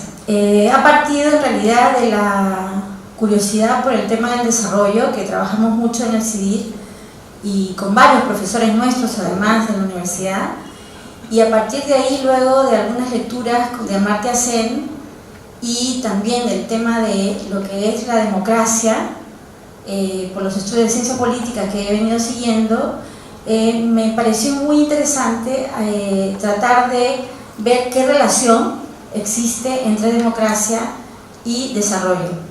Y a partir de ello, establecer si el desarrollo legitima la democracia y en este sentido, si la calidad de la democracia está ligada a la calidad de vida de los ciudadanos y también de la institucionalidad de nuestras instituciones públicas, valga la redundancia. Y creo que este artículo reviste una mayor urgencia dado los últimos acontecimientos que vive el país, digamos, ¿no? Y además me llamó mucho la atención cómo hablar de democracia no solamente era mirar temas que tenían que ver con la participación ciudadana, con el ejercicio del poder, sino con cosas tan concretas que tienen que ver con la economía y con el desarrollo y la calidad de vida de las personas, ¿no? Y entonces he hecho ahí una introducción que tiene que ver precisamente con lo que Sen habla sobre el desarrollo y cómo lo relaciona con la democracia, ¿no? Y habla de las libertades instrumentales, que en la medida que en un país existan estas libertades instrumentales y estas se entrecruzan, se relacionan, entonces hay mayor garantía de que exista democracia y una mejora de la calidad de desarrollo y una mejora de la calidad de vida de las personas. Y bueno, para este trabajo he tenido en cuenta autores, he buscado revisar la literatura, autores como Dahl, O'Donnell, Barreda, Morlino y Lavín y Molina, que han escrito compendios o guías precisamente sobre este tema, sobre democracia y desarrollo, y también Munk, que han escrito bastante sobre ese tema, y también he revisado páginas como Latinobarómetro, Freedom House y DataGo. En realidad, este trabajo ya viene de tiempo atrás que me he venido interesando y he tratado de juntar varios trabajos que he ido realizando o material que he ido recogiendo en este tiempo de estudio y para tratar de armar esto, ¿no? Y entonces, este trabajo es un análisis comparativo que va a comparar los conceptos de democracia, lo que es la calidad de la democracia y también las dimensiones para evaluar la democracia, ¿no? Y en eso estos autores como Molino, Lavín, Vargas o Vargas-Culel, establecen una definición de lo que es la democracia, de la calidad de la democracia y también de cuáles deberían ser las dimensiones a través de las cuales se debería de medir la democracia. En realidad he avanzado un poco, como le consta a Fernando, pero no sé cómo bajar esto, ya, ¿no? Entonces, he avanzado con la comparación de las definiciones. Creo que igual no sé, tengo tantas cosas que decir, estoy un poco asustada. Ahí, bueno, el enfoque para el desarrollo de este trabajo se plantea un análisis comparativo, ¿no? Que va a comparar estas definiciones, como ya he venido diciendo, sobre lo que es la democracia, lo que es la calidad de la democracia y cuáles son las dimensiones sobre las cuales se evalúa la calidad de la democracia. Y estos autores son tres autores que establecen estos tres definiciones y las dimensiones, y han hecho además estos estudios en distintos países de América Latina, ¿no? Y bueno, estoy en esas todavía, haciendo la revisión, la recopilación de información y tratando de sistematizar lo que estos autores dicen respecto de lo que es la democracia, las dimensiones sobre las cuales se puede medir la calidad y qué es la calidad, cómo entienden ellos la calidad de la democracia, ¿no? Y cómo estas pueden incidir en la calidad de vida del ciudadano. Y hasta el momento me he quedado sorprendida cómo hay detalles importantes, ¿no? Que ellos señalan, por ejemplo, aspectos políticos. Esto es, me parece que este autor es Munk, que señala, por ejemplo, que en los aspectos de política los criterios para poder evaluar la democracia son el acceso a los cargos políticos, ¿no? A los cargos públicos, y también el control de la agenda, o por ejemplo el estándar democrático específico podrían ser las elecciones como el único medio. Generalmente cuando uno habla de democracia todos relacionamos el concepto con las elecciones, como si fuera un proceso, ¿no? Pero en cambio la democracia, de acuerdo a los autores, es mucho más que un proceso, también son resultados o también es la forma como se aplican las políticas públicas. Y entonces ahí esto sí tiene que ver con la calidad de vida de los ciudadanos, de qué manera quienes llegan al poder a través de un proceso democrático logran cumplir las expectativas de los ciudadanos y mejoran su calidad de vida, ¿no? Y entonces estos autores van determinando diversas formas de medir esto, ¿no? Y en eso estoy. Interesante. Yo añadiría tu título estoy comparado en Latinoamérica, porque creo que es el propósito, ¿no? Bueno, en realidad... ¿Es más amplio? No, es solo... no, es solo es Latinoamérica. Sí. Perdón, no había entendido. Ya. Sí, era para América Latina, y para poder entender, ¿no?, cómo esto está funcionando en América Latina y cómo funciona en el Perú, porque finalmente todos funcionamos en distintos modos, en distintas épocas o temporadas, pero casi todos vamos por esta misma línea, ¿no? De hecho, cuando empieza la investigación hago una introducción en el que todo esto viene de la década del 70, que inicia una ola de democratización de los países latinoamericanos y cómo estos van entrando en este tema, en esta ola de democracias, y quienes se han desarrollado más, ¿no? Quienes entraron en democracia y han tenido una mejor gestión, un mejor desarrollo de su democracia, ¿no? Entonces, para poder entender un poco lo que había dicho Norma en la reunión anterior, ¿no?, qué interesante, siendo que empezaba en este tema, ver cómo iba en los otros países, y gracias a Dios hay bastante literatura sobre esto, ¿no? Fundamentalmente, como se dice, Latino Barómetro y Flaxo. Eso no lo había tenido en cuenta. Trabaja bastante sobre sí, CEPAL también, obviamente, ¿no? Y ahí te vas a dar cuenta que son objetivos, ¿no? Vizcarra tiene 60% en Ipsos y en Latinobarómetro tiene 20%. O sea que, muy interesante. ¿Preguntas para Modesta? En realidad tengo una inquietud que también es personal, porque el trabajo de Modesta me parece que, bueno, es más de letras, ¿no? Y ustedes que son, digamos, evalúan impactos y todo esto, me voy a aprovechar un poco de mi posición porque yo también estoy en el mismo lugar de Modesta trabajando un tema para mi tesis y me preocupa mucho esto de los resultados, ¿no? En el caso, cuando se está trabajando un tema así, que para mí es más tipo ensayo, ¿no? Teórico, ¿cómo el artículo científico podría generar impacto, ¿no? O cómo podríamos manejar la originalidad, ¿no? Es una pregunta también que yo me la he hecho como editora muchas veces, ¿no? Trabajando revistas de letras, ¿no? Comparando, entrando a los distintos índices internacionales que hay, he buscado en Scopus, en Cielo de otros países cuyos estándares son más altos, y revisando las revistas propiamente de humanidades de letras, ¿no? Donde no hay resultados, por ejemplo, como lo que está trabajando Fernando, ¿no? Sus impresiones que me llamó mucho la atención, las curvas, lo que Norma también ha manejado cuando tú dijiste que teníamos que tener un camino, ¿no? Un recorrido para después recién, ¿no? Verificar los datos, comparar, ¿no? En el caso de las humanidades, ¿ustedes cómo ven ese tipo de trabajos? Porque hay bastante discusión al respecto, ¿no? Y ahora que estamos viendo que también en su facultad hay profesores, como en este caso Modesta, que han hecho un trabajo que a mí me parece enorme, ¿no? Hacer un análisis comparativo de un concepto de democracia que en realidad se maneja bastante, ¿no? Y hay muchos teóricos, como acaba de mencionar, hay mucha literatura, ¿no? ¿Cómo nosotros podemos allí entrar para el impacto y la originalidad? Y humilde aporte, y ahí los aportes más consistentes. Yo creo que al final todo es modelable y todo es susceptible de identificar relaciones de causalidad, ¿no? Porque los impactos tienen que ser objetivos y verificables, ¿no? Si no, no hay forma.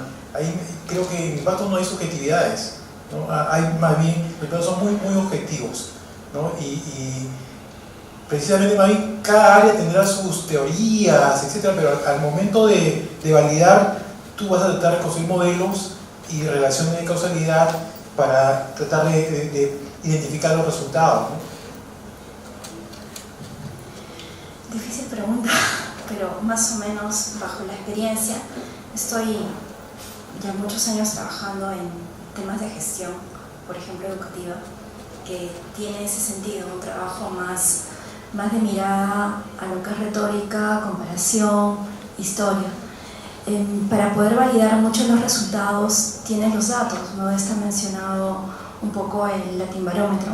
Entonces todo lo que ella ha encontrado, por ejemplo en la teoría de democracia de MOOC, lo puede percibir a través de lo que dice el Latinbarómetro. Ella está usando una fuente secundaria de estudio y eso es válido para impacto de resultados, sí. Es como se hace política. Cuando tú haces un curso de politología o haces la carrera de política, los políticos no hacen la instrumentalización que hacemos los economistas. Toman el dato como está en la realidad y lo manifiestan. ¿Dónde se ve la exquisitez de trabajo para poder decir que es bueno o malo? En las fichas técnicas del dato que está usando. Por ejemplo, si yo utilizo el tema del Latinbarómetro y el análisis se hace solo para 5 personas, no me va a resultar no va a tener mucho impacto que si tomo una encuesta de 3.000 personas o 4.000 o 5.000, dependiendo del ámbito donde quiero estudiar, y me permite dentro de esa ficha técnica indicarme que el resultado puede ser analizado desde ese punto de vista. Por ejemplo, en la encuesta de victimización, tú puedes hacer análisis por Lima Norte. Tú puedes hablar democracia en Lima Norte y dices, efectivamente existen. Cojo el dato de esta encuesta y verifico que en Lima Norte hay procesos de cambio en democracia. Entonces, ¿por qué tiene impacto? Porque la encuesta me permite tener data específica de esa situación. Entonces, así puedo probarlo. En la actualidad, en las maestrías y en los doctorados nos están enseñando eso. Nosotros necesitamos que esa discusión vaya en números. ¿Por qué? Porque los números nos permiten determinar algo. Más bien en doctorados de filosofía sí hay, los PhD sobre todo, se trabaja de este tipo. Que a partir de este tipo de informe, por ejemplo, un segundo paso de trabajo de Modesta puede ser aplicar estos estándares de democracia con una encuesta de percepción a un grupo de personas que tienen el análisis de poder, y es un segundo nivel. Entonces tú vas generando el nivel en función a tu línea, que es válido, o sea, es válido. Tú en literatura tienes muchísimo análisis de resultados a nivel, por ejemplo, de aplicatividad, de lectura de cuentos en niños. Cómo este niño a través, y es cuasi experimental, como lo que está haciendo la profesora, o sea, al aplicar, por ejemplo, las técnicas, yo más que el TIC iría al TAC, ¿no? Al aprendizaje que tiene el chico con el TIC, ¿no? Por ejemplo, yo una sugerencia que le haría a la profesora es ir a nivel de TACs, no TICs. El TICs cualquiera lo puede usar, pero el TAC es el aprendizaje. Lo que ella hace, ella dice, yo uso el método de rompecabezas y voy a través de ello a aprender, a ver cuánto aprenden mis alumnos. Y tiene cómo medirlo, con la nota. La rúbrica le va a permitir a ella que el alumno ex ante sepa cuánto va a sacar y le permita tener un proceso de medición. Ahora ahí puedes, por ejemplo, ella más adelante puede escribir sobre motivaciones. ¿Qué le motiva al alumno, pese a que tenga una rúbrica, pese a que tenga la enseñanza, pese a que tenga el método, a que en este momento salga jalado? Y hay otras motivaciones. Ahí introduzco, por ejemplo, la encuesta. O sea, todo es medible, sí. La forma es cómo lo voy a estar midiendo. En este caso, por ejemplo, el trabajo Modesta ya tiene ahí la dimensión y el indicador para poder hacer correlaciones. Puede trabajar el 1 y 2 como correlación, el 1 y 3, el 1 y 4. Tiene 4 o 5 artículos para trabajar ahí. O sea, adicional a este es como el artículo madre que tiene y le da una secuencia de trabajo en el análisis.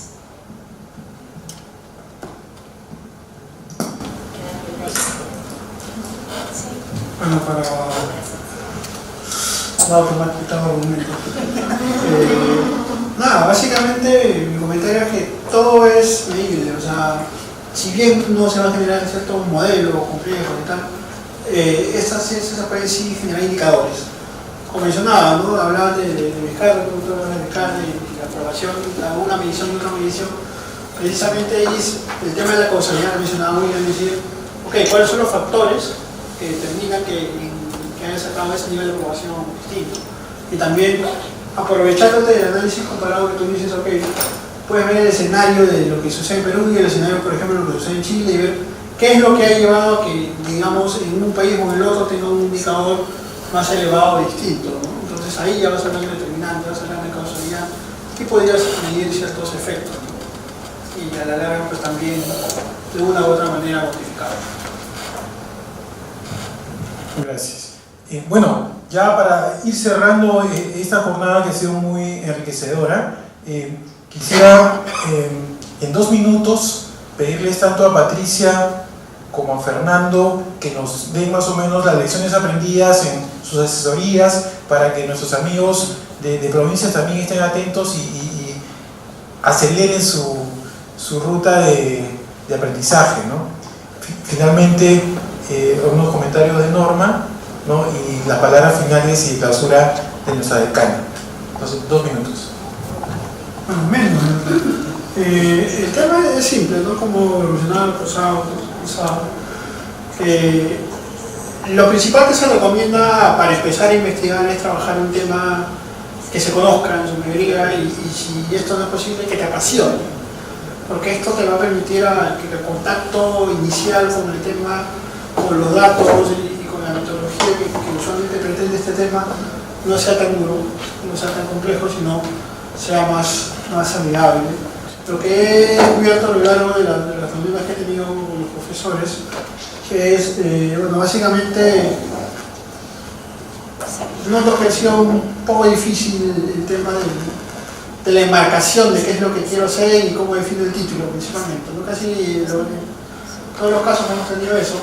Una vez que han enmarcado esto, el proceso que sigue a continuación se hace mucho más sencillo. Entonces, yo procuraría, en ese aspecto, generar una lluvia de ideas, escribir qué es lo que yo pretendo hacer, ¿no?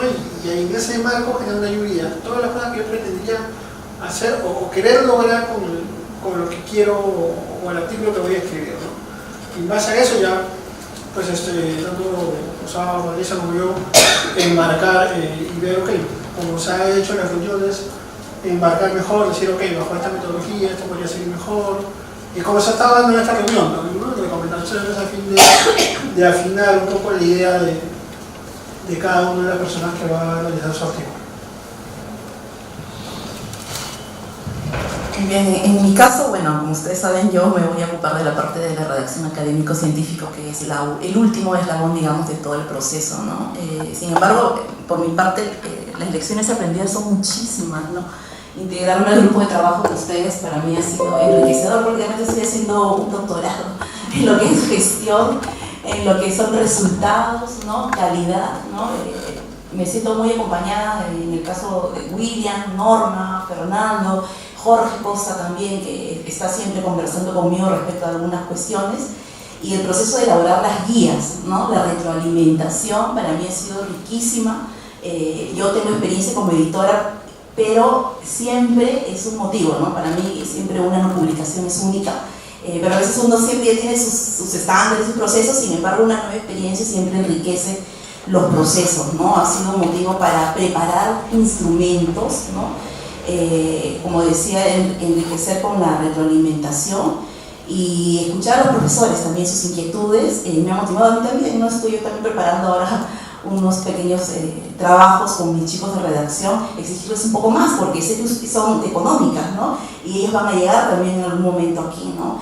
Y bueno, los profesores que van a ser asesores, los estoy esperando también, son pocos ciertamente los que me han consultado, pero en la sala de profesores siempre hay todo un tránsito y las preguntas están al día, estoy disponible, y bueno, ¿no? Eso es lo que les puedo comentar en grandes rasgos, ¿no? Gracias.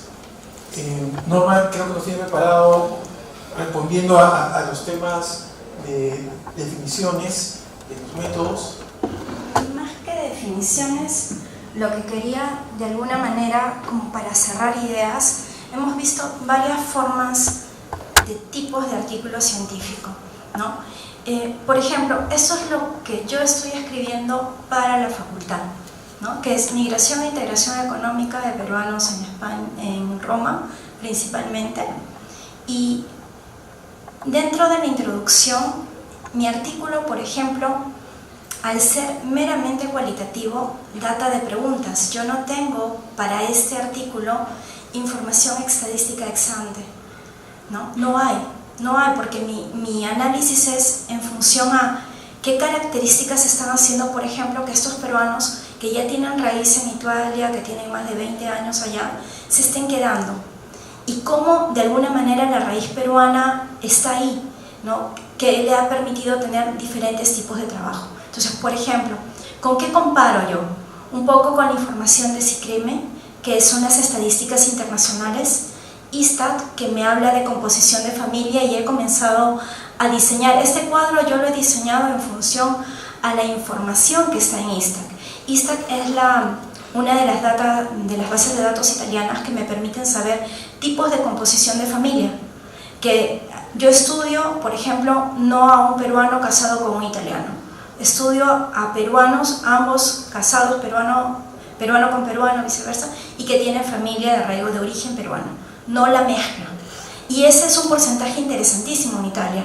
Llegan a un 20%. Y ese es el grupo que estoy estudiando yo.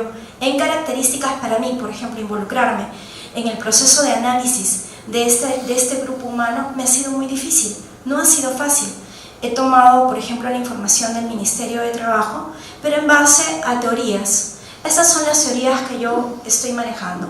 Brain o lo que es la movilidad de talentos, Braithwaite, que es la incapacidad del mercado local de considerar a la persona. Por ejemplo, hay una cosa que te dice la literatura, que tú pierdes oportunidades de trabajo si tú aquí eres profesional y vas a hacer un trabajo como obrero.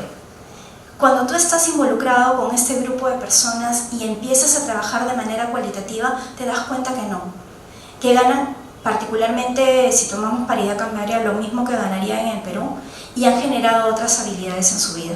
Entonces, el cambio de carrera, de ser un profesional a ser un obrero, a ser un técnico, para ellos les es interesante cuando vienen a Perú, más no en el medio donde se rodean.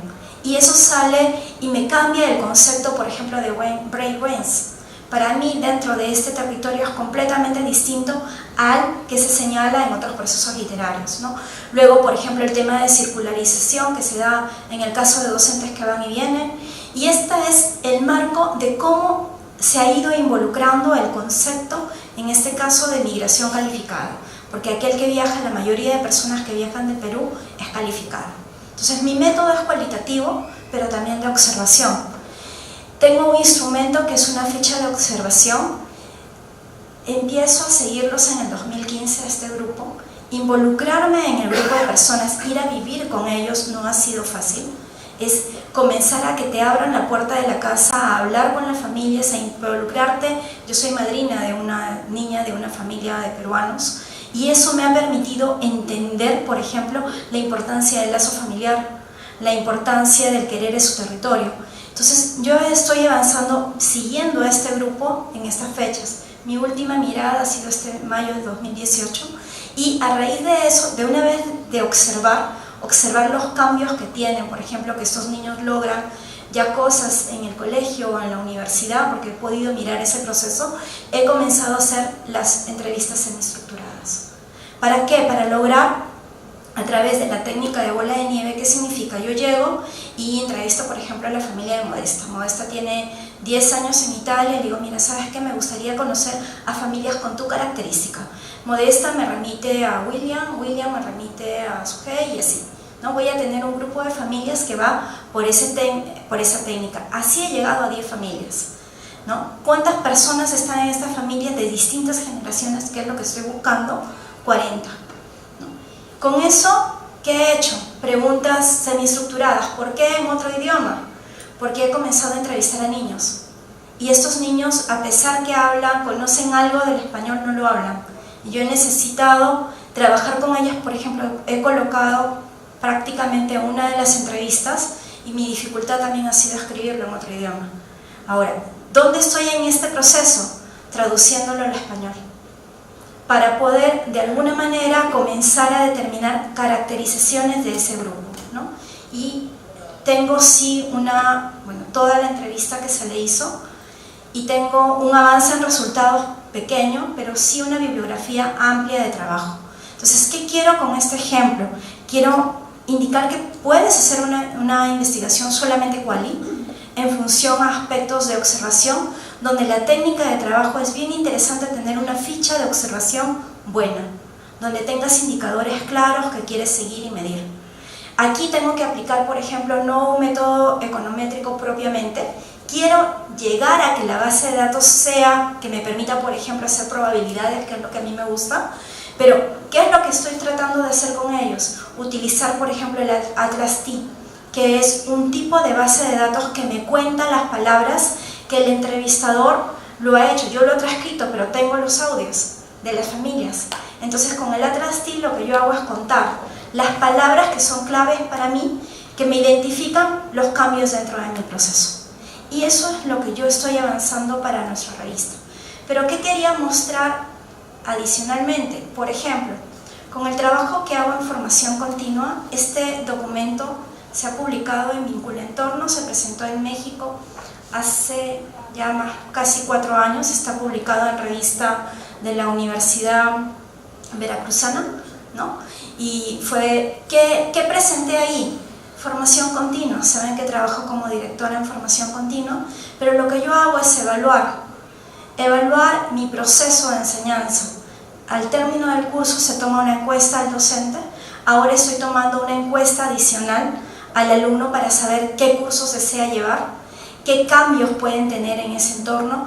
Tengo una base de datos que es hacia donde vamos, ¿no? Un registro de personas que se inscriben a la formación continua y los cursos que llevan.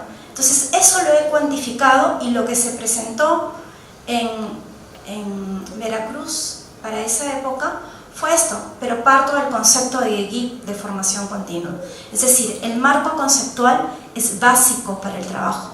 Si uno no tiene un marco conceptual básico, es bastante rápida que yo me vaya con la idea a otros medios. Entonces yo parto de este concepto de GIP, que es el que se fundamenta en la tercera misión, y a raíz de ese concepto diseño mi propuesta de trabajo, que es formación continua. Y se comienza a escribir, por ejemplo, no sé si por acá tengo los indicadores, la cantidad de cursos que se han llevado y demás. Esto lo sigo escribiendo. Ya tengo una segunda y una tercera versión del artículo. Entonces tú a partir de un artículo puedes crear otros artículos. Otro ejemplo, este es más descriptivo en función al trabajo que se había hecho recién en 18 meses. Y el de acá es algo que lo he expuesto recién el sábado pasado en un encuentro de Académicas Sin Fronteras, en un 5º encuentro internacional donde fui invitada. Hace 6 meses me llegó la invitación, o sea, tengo 3 papers en paralelo, y se llama Capital Humano en la Cuarta Revolución Industrial, un aporte desde las migraciones. Yo ese tema sobre capital humano y el tema de la Alianza del Pacífico lo vengo tocando ya más de 3 a 4 años. ¿Qué se ha hecho en ese tema? Habíamos analizado con una colega en el 2015 lo que era migraciones sin diferenciar la importancia de la persona. O sea, la persona migra, trabaja, y mi análisis de estudio era eso. En este artículo, ¿qué se ha hecho? Se ha contextualizado a la persona y al proceso migratorio en esta era. La era de la revolución industrial nace recién en el 2011. Se llama Teoría de la Revolución Industrial en el 2011. Por ejemplo, la profesora que está trabajando de guías técnicas nuevas de TIC, su contexto es este, el 2011, porque recién se acuña el nombre de Revolución Industrial en esta feria. Y a raíz de eso tienes otros contextos de desarrollo y miras a la persona en función a ese contexto. ¿Qué es lo que se presenta? Se presenta un dato, cómo migro calificadamente, que es la parte teórica, y la metodología de trabajo también descriptiva. ¿Por qué? Porque uso fuente secundaria, pero lo interesante de la fuente secundaria es, por ejemplo, es algo que a mí me ha llamado muchísimo la atención en la experiencia de datos de la Alianza del Pacífico de mirada hacia Perú, es esta de acá. Esta es la cantidad de personas que ha llegado a la Alianza. Aquí está, ¿no? La cantidad primero de migrantes que va hacia afuera.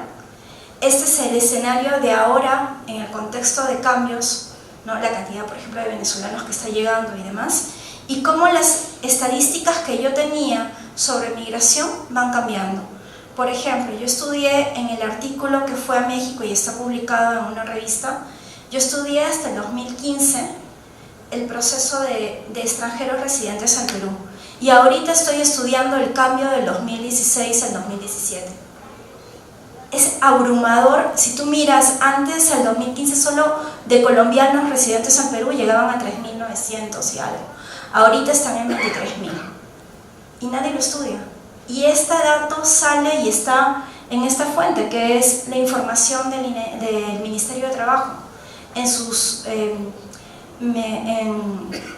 En los trabajos que tiene el Ministerio, tiene unas memorias anuales, está el dato y nadie lo ha visto. Y tú aquí comienzas a trabajar, que es la siguiente etapa del paper, es el trabajo que tenemos a nivel de la experiencia, en dónde están, qué están trabajando. Ya lo tengo categorizado, qué trabajan, en qué grupo están, qué calidad de migración tiene, dónde tienen mano de obra. Estoy usando 2 decretos, el decreto legislativo 689 y el decreto 545, un poco para probar el concepto, y te das cuenta cuál ha sido la evolución. Bueno, acá tenía el comparativo con Bolivia, porque habían académicas de Bolivia para poder saber qué pasa. Y esto ya lo tengo escrito, que es la parte del artículo. ¿Cuántas hojas tiene? 24 hojas, ¿no? Entonces, ¿sí se puede investigar? Sí. No necesariamente necesitas crear una data. Tienes datos de por montón en el mercado, registros históricos. Esto se está haciendo con un registro administrativo de la decisión 545, por ejemplo, y te permite llegar a concretizar ideas de política, a conclusiones de idea de política. Se escribe, se tiene, por ejemplo, ese artículo tiene un orden distinto, porque te dan el orden en la institución. Acá tengo el paper que se escribe, va el resumen, con las características propias del resumen, el objetivo de qué quiero describir, qué cambia, porque este dato es interesante. Nace el concepto de revolución industrial, pero también en ese mismo año se hace la Declaración de Lima en la Alianza del Pacífico. Y eso te genera un contexto completamente diferente de trabajo. Y a raíz de ello, trabajo solo marcos, palabras claves, introducción, que es todo el análisis que hace Ailo en el tema, metodología, que es el trabajo más que todo de fuente bibliográfica. Esto es un análisis descriptivo. Al final uso la información, llego al concepto y trabajo solo los cuadros que me permitan a mí detallar lo que está pasando en el Perú. Acá lo tengo en 2015, lo que decía, solo un avance a 3.000 y ahora me interesa entender lo que pasa hacia 20.000. Entonces, ¿qué es lo que quiero de alguna manera, sobre todo para nuestros colegas de filiales? Que se den cuenta que podemos escribir, que el método está, que lo único que hay que tener es ganas, decisión. Hemos visto hoy día varios ejemplos de formas de escribir. Yo quería terminar con esos 3. Tengo otros tipos de artículos que van más hacia el tema econométrico, pero creo que esta es la primera parte. ¿Te publican? Sí, estos artículos están ya publicados. El último entra a la revista de la Universidad de Tomás Moro en Arica, este último de calificación. El anterior de calificación está ya publicado en la revista de la Universidad de México. Entonces es súper interesante porque hay atención a estos escenarios. ¿Por qué llama la atención el artículo? Porque está en un contexto actual. El escenario actual es importantísimo para que en esos call papers uno pueda presentar la investigación y pueda generarse nexos para seguir escribiendo y encontrar fondos para ello, ¿no? Con eso quería terminar. Muchas gracias, Norma. Hoy, siendo ya avanzada la hora, agradecer a todos, sobre todo agradecer a nuestra decana que nos ha acompañado. Ok, bien. Esperamos que, en particular, las filiales, acá contamos con Rodolfo y también con José, ¿no? Y que el 2019 ¿no? podamos replicar este ejercicio con docentes en las provincias.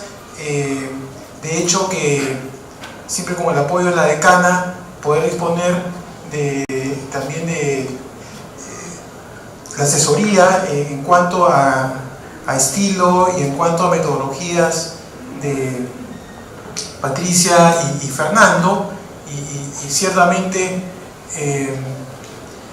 Dios mediante se desea hacer un diagnóstico de Nueva Cajamarca, ¿no? Y otra es entre los aspectos que se quieren levantar como información están la necesidad de información, las líneas, las instituciones y empresas que son objetos potenciales de investigación y análisis, y tal vez comenzar a desarrollar ciertos convenios y aproximaciones a estas entidades, ¿no? Otra vez, muchas gracias, y seguramente en diciembre o en México estaremos presentando ya los trabajos finales, y estoy seguro que va a haber mucho interés tanto en Lima como en las filiales. Muchas gracias a todos.